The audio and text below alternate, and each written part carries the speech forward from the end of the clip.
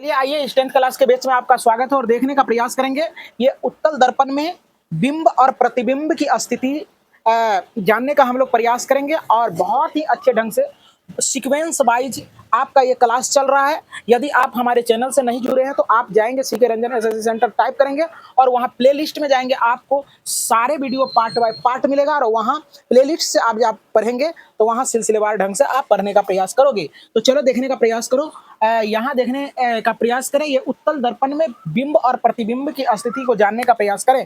तमाम बच्चे सुनने का प्रयास करेंगे, रट्टा लगाने की जरूरत नहीं है। देखो ये उत्तल दर्पण है, पहले उत्तल दर्पण हमने पढ़ा दिया है। उत्तल दर्पण होता क्या है तो समझने का प्रयास करें।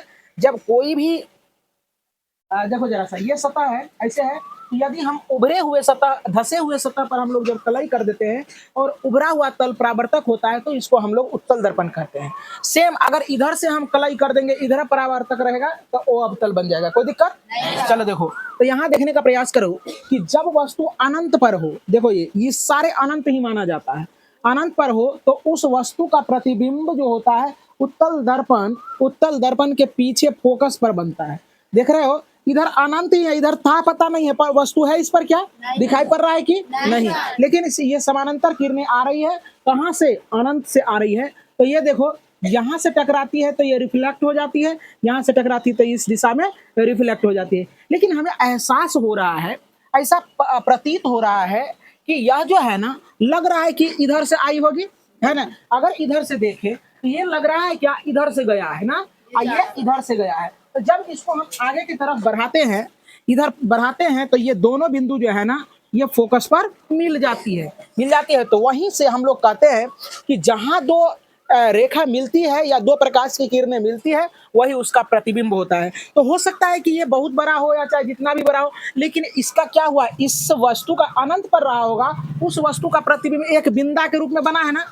और ये डॉटेड लाइन से दर्शाता है, डॉटेड लाइन जब भी आ जाए तो इसको हम लोग आभासी कहते हैं। क्या कहते हैं बच्चे? आभासी। तो आराम से कह सकते हो ना, जब वस्तु उत्तल दर्पण के अनंत पर स्थित हो तो उस वस्तु का प्रतिबिंब दर्पण है। तो दर्पण तो इधर है, दर्पण के पीछे फोकस पर और वस्तु के सीधा में, और क्या कहता है वस्तु से क्या हो जाएगा, बहुत छोटा पॉइंट के माफिक है, तो इसलिए इसको क्या कहते हैं हम लोग, बहुत ही छोटा। कोई दिक्कत? तो समझ में आ गया होगा बात, समझ में आया कि नहीं आ गया? आप कोई पूछ दे कि उत्तल दर्पण के अनंत पर स्थित रहे वस्तु तो उस वस्तु का प्रतिबिंब कैसा बनेगा, रट्टा मारने की जरूरत नहीं है। आंख बंद करके इस डायग्राम को मनन कर लेंगे एक बार कि जब अनंत पर रहेगा तो इस वस्तु का प्रतिबिंब फोकस पर होगा और यह वस्तु के सीधा में होगा और यह प्रतिबिंब आभासी होगा और यह प्रतिबिंब वस्तु से बहुत ही छोटा होगा। कोई दिक्कत? समझ में आ गया बात? अब देखो दूसरा कंडीशन क्या कह रहा है, जब वस्तु अनंत एवं ध्रुव के बीच हो, अनंत एवं ध्रुव के बीच हो, तो जब वस्तु अनंत एवं ध्रुव के बीच होता है तो उस वस्तु का प्रतिबिंब जो होता है क्या होता है, उत्तल दर्पण के पीछे बनता है। इसमें पीछे ही सब बनेगा, अतः आभासी, सीधा और वस्तु से छोटा होता है। यहाँ देखने का प्रयास करें बच्चे, देखो जरा सा, कहता है जब वस्तु, देखो देख रहे हो तुम लोग क्या, ये ए भी कोई वस्तु है, ए भी कोई वस्तु है और यहाँ ध्रुव है और इधर सब मान लेते हैं अनंत है। कोई दिक्कत? पता अनंत और ध्रुव के बीच में ये वस्तु है तो इस वस्तु का प्रतिबिंब जो होता है ये दर्पण के पीछे, दर्पण इधर है ना, इसके पीछे बना है ना, कलाई के बाद बना है इसलिए पीछे कहते हैं। कोई दिक्कत? देखो जरा सा, ये प्रकाश की किरण आई और रिफ्लेक्ट हो गई, अब दूसरा प्रकाश की किरण ध्रुव से गुजारे, ये ऐसे चली गई, लेकिन अभी तक में तो कोई प्रकाश की किरण कटा नहीं कटा, लेकिन कटाना हमको जरूरी है। अब इसको पीछे की तरफ बढ़ाए, इसको पीछे की तरफ बढ़ाए तो यहाँ कट गया ना, तो इस इंटरसेक्टिंग पॉइंट से एक लंब इस पर डाल देंगे। तो देखो ये वस्तु का देखो हाइट कितना था, ज्यादा था, इस वस्तु का हाइट देखो कम गया ना। तो इसीलिए कहता है कि जब वस्तु अनंत पर हो, अनंत और ध्रुव के बीच होता है तो उस वस्तु का प्रतिबिंब क्या होता है, उस वस्तु का प्रतिबिंब दर्पण के पीछे होता है और यह प्रतिबिंब आभासी, देख रहा ना, ये क्या है, डॉटेड लाइन से है, डॉटेड लाइन से, इसलिए इसको क्या कहेंगे, आभासी कहेंगे। क्या कहेंगे बच्चों? आभासी कहेंगे। क्या कहेंगे? आभासी कहेंगे। और ये आभासी होगा, वस्तु बड़ा है लेकिन इसका प्रतिबिंब क्या है, छोटा है। कोई दिक्कत? समझ में आ गया? चलो अब अगले टॉपिक चलिए आइए। अब आपका दूसरा टॉपिक, तीसरे टॉपिक का चर्चा मैं कर दे रहा हूँ, ध्यान से देखने का प्रयास करेंगे सारे बच्चे। कह रहा है कि अवतल दर्पण का उपयोग क्या बच्चे? अवतल दर्पण का उपयोग। तो अवतल दर्पण का उपयोग क्या है कि देखो टॉर्च टॉर्च सर्च लाइट तथा वाहनों के अग्रदीप में किया जाता है। अग्रदीप का मतलब क्या होता है? आगे में। इसमें आगे में तो अग्रदीप के रूप में और टॉर्च में और सर्च लाइट जो होता है, सर्च लाइट मतलब खोज जो होता है जिससे, है ना, जो कि किसी वस्तु का बड़ा प्रतिबिंब बना सके, उसमें क्या किया जाता है? अवतल दर्पण का इस्तेमाल किया जाता है। कोई दिक्कत नहीं। चलो देखो पहला हो गया। अब कहता है शेविंग दर्पण के रूप में बाल दाढ़ी बनाने के लिए सैलूनों में किया जाता है। कोई पूछेगा सैलून में जाओगे, वहां पूछ देगा कि तुम बच्चे किस क्लास में पढ़ते हो? 10वीं क्लास में।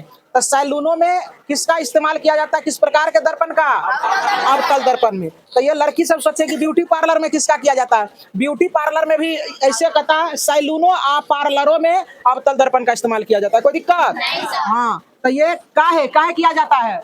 क्योंकि वह क्या करता है कि वह किसी वस्तु का बड़ा प्रतिबिंब बनाता है, तो वो नाई जो होता है बाल काटने वाला, उसको आसान होता है, इसलिए किसी वस्तु का प्रतिबिंब बड़ा बनाता है अवतल दर्पण, इसलिए उसको सैलूनों में प्रयोग किया जाता है। सीख गया बातों को? अब कहता है दंत विशेषज्ञ द्वारा आंख, कान, नाक आदि को देखने में। दांत जाएगा जहाँ प्रायः लोग का दांत खराब हो रहा है, दांत भरवाने जाता है, फिलिंग करवाने जाता है दांत का, ऐसे करके देखेगा, वो लेंस लगल रहता है, देखा है, ऐसे करके बगल से देखता है, तो उसमें क्या होता है? ये अवतल दर्पण लगा होता है। बात समझ में आ रहा ना? तो ये समझ में आ गया। अब कहता है सोलर भट्टियों में सूर्य को प्रकाशित करने, केंद्रित करने में। तो सोलर भट्टी में जो अवतल दर्पण लगा रहता है ना, तो वो प्रकाश की किरणों को क्या करता है? एब्जॉर्ब कर करके, और सोलर भट्टी मतलब जहाँ सोलर रहता है उसके पेंदा में क्या करता है? इकट्ठा करता है, तो वो हीट होता है। समझ में आ रहा ना?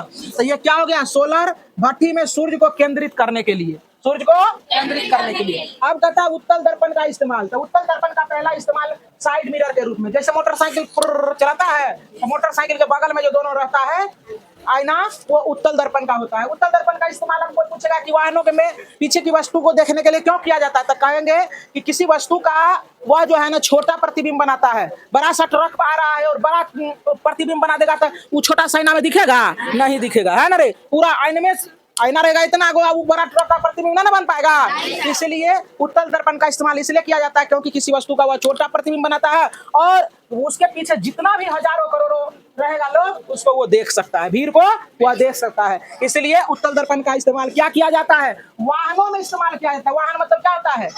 गाड़ी जो ईंधन से चलता है, जो पेट्रोल से चलता है। बात समझ में आ रहा ना?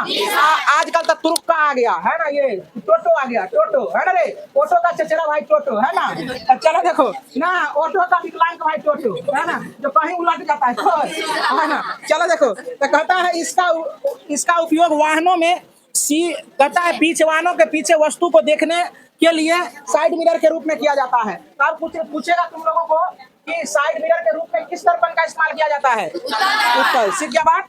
आप देखो कहता इसका इस्तेमाल और कहाँ किया जाता है? तो अभी तो सीसीटीवी कैमरा आ गया, लेकिन जिस समय में सीसीटीवी कैमरा नहीं हुआ करता था, उस समय में यही उत्तल दर्पण का इस्तेमाल किया जाता था। सेठ जी क्या करते थे? सेठ जी बैठे हुए रहते थे और उत्तल दर्पण वहां लगा हुआ होता था, और क्या कहता है ग्राहक को देता था सामान, और कोई महिला ऐसा चोर टाइप का जाता था तो ऐसे करके चुरा के कपड़ा रख लेता था, तो वो देख लेता था, सेठ जी आईने में देख लेता था। वो तो महिला समझ जाती है कि हमको नहीं देख रहा है, लेकिन आईना पर ध्यान रहता है, उत्तल दर्पण पर उसका ध्यान रहता था, देख लेता था कि चोरा लिया है ना, और बाद में उसको क्या करता था? पनिशमेंट दिया करता था। बात समझ में आ गया?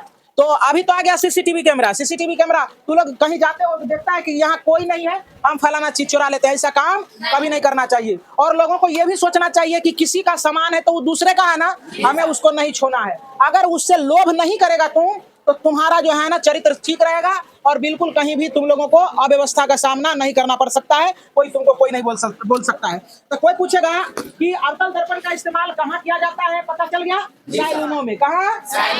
टॉर्च में, सर्च लाइट में, और वाहनों के अग्रदीप। अग्रदीप का मतलब क्या? जहाँ की लाइट होता है, जहाँ की लाइट होता है वहाँ क्या सोलर भट्टियों में किया जाता है? किसका? अवतल का। उत्तल का किस में किया जाता है? साइड मिरर के रूप में। किसमें? साइड मिरर के रूप में, मतलब पीछे की वस्तु को देखने के लिए। बात समझ में आना? चलो देखो, यहाँ पीछे की वस्तु देखने के लिए इसलिए किया लिख दिया है क्योंकि टेम्पू में जो था पिछुआ में लगल रहता है, यहाँ लगल रहता है, ब्रेक करेगा तो यहाँ से देखता है ड्राइवर ना रे, तो इसीलिए हम लिख दिया कि पीछे पीछे की वस्तु को देखने के लिए अवतल दर्पण का इस्तेमाल प्रायः क्या किया जाता है, पीछे की वस्तु को देखने के लिए किया, सॉरी उत्तल दर्पण का इस्तेमाल पीछे की वस्तु को देखने के लिए किया जाता है। कोई दिक्कत? अब कहता है इसका इस्तेमाल सेक्रेटरी के लिए किया जाता है, मतलब दुकानों में किया जाता है। बात समझ रहा ना? तो ठीक है, बहुत बहुत धन्यवाद।